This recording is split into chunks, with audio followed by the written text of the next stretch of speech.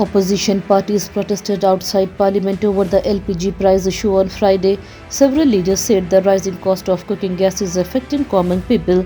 Inside the Parliament of India, the session began with loud protest. Opposition MPs, including Rahul Gandhi, demanded the return of 8 suspended members. Speaker Om Birla warned that strict action will be taken if MPs climb on the tables or disrupt proceedings. Meanwhile, the All India Trinamool Congress announced it will bring a no confidence motion against the Chief Election Commissioner later today. The protest caused heavy disruption during question hour. Prime Minister Narendra Modi has given a big statement about the LPG situation in the country. Speaking at the NXT summit in Bharat Mandapam, he said that some people are spreading fear about LPG supply. According to the Prime Minister, certain groups are trying to take advantage of the situation and push their own agenda. Modi said the government is closely monitoring the situation and there is no need for panic among citizens. He also warned that strict action will be taken against anyone involved in black marketing of LPG cylinders. The PM added that global conditions are difficult because of wars and rising energy demand, but the government will make sure that common people do not face problems in getting cooking gas. In India's parliament, a heated exchange took place between opposition leader Rahul Gandhi and Petroleum Minister Hardeep Singh Puri. Rahul Gandhi claimed that the minister had first called Jeffrey Epstein his friend and tried to raise the issue during the session. However, the speaker stopped him from continuing his remarks. Hardeep Singh Puri strongly rejected the criticism. He said there is no shortage of LPG in the country and accused the opposition of creating unnecessary noise in parliament. The exchange led to loud protest and slogan shouting from opposition members, increasing tension inside the house. The Indian National Congress held an important meeting on Friday to discuss preparation for the upcoming Assam Assembly election. The meeting of the Central Election Committee was held at the party headquarters on 24 Akbar Road in New Delhi. Several senior leaders attended the meeting, including Leader of Opposition in Lok Sabha Rahul Gandhi and Congress President Mallikarjun Kharge. Congress leader Priyanka Gandhi was also present. Gaurav Gogoi, the President of the Assam Pradesh Congress Committee, joined the meeting as well. Leaders discussed election strategy, possible candidates and campaigns plan.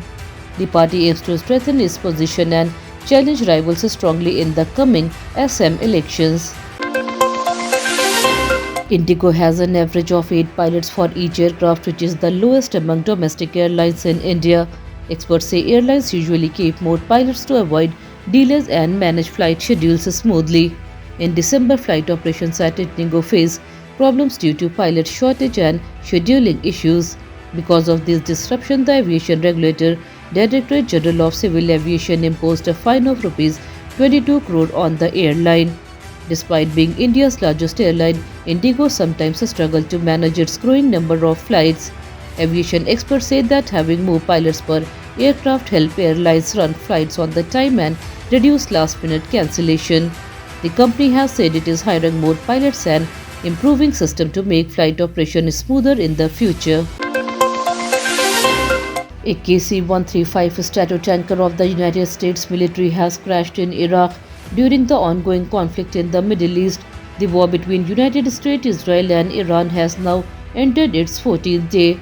After the crash, a Shia rebel group in Iraq claimed that it had shot down the aircraft. However, there is no official confirmation from the United States yet.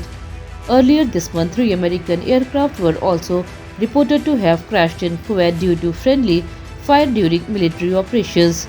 The latest crash has raised concern about the safety of military operation in the region as the conflict continues to expand. The administration of US President Donald Trump has reportedly allowed several countries to temporarily buy oil from Russia. This decision comes as global crude oil prices have crossed $100 per barrel due to the ongoing conflict between Iran and Israel. Many Russian oil tankers are currently stuck at the sea because of earlier sanction and restriction. By allowing countries to purchase Russian oil again, the US government hopes to stabilize global oil prices and prevent a bigger energy crisis.